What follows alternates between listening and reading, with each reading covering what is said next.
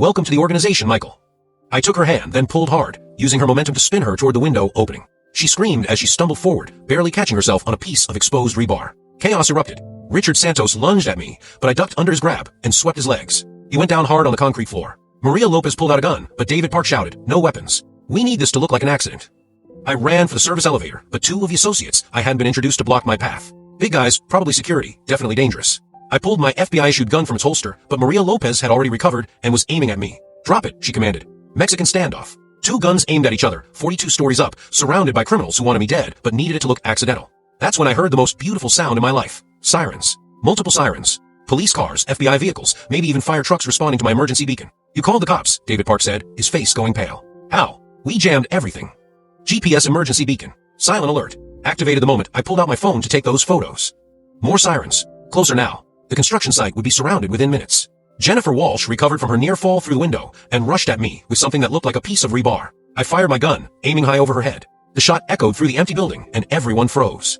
"FBI." I shouted, even though technically I was just a consultant. "Drop your weapons and get on the ground."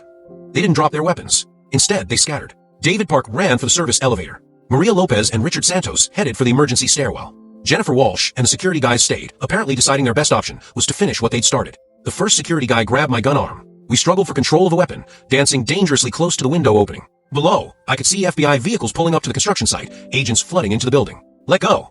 I shouted, trying to break his grip. He was stronger than me, trained in combat, probably former military. But I had motivation he didn't have. I had my father's death to avenge. I had 100,000 contaminated housing residents to protect. I had everything to fight for. I kneed him in the stomach, and his grip loosened enough for me to wrench the gun free. I aimed it at his chest. "Get on the ground. Now." He complied, hands raised. The second security guy saw his partner surrender and decided not to test whether I'd actually shoot. Jennifer Walsh made a different calculation. She charged at me with the rebar, screaming something about destroying her business. I sidestepped, and her momentum carried her past me, straight toward the window opening. For a moment, time seemed to slow down. I could have let her go. Let her fall through that opening the same way they planned for me to fall. Justice in a way. Poetic even. But I grabbed her arm at the last second, pulled her back from the edge. Because I wasn't like them. I wasn't willing to kill to protect my interests. She collapsed on the concrete floor, sobbing. "You ruined everything. Vincent's empire, your mother's legacy, all of it. You destroyed billions of dollars in real estate value." "Good," I said as FBI agents burst through the service elevator doors. "That empire was built on corpses." Agent Vasquez led the tactical team, her weapon drawn, her expression a mixture of relief and fury. "Michael, are you hurt?" "I'm fine. Got them all on camera."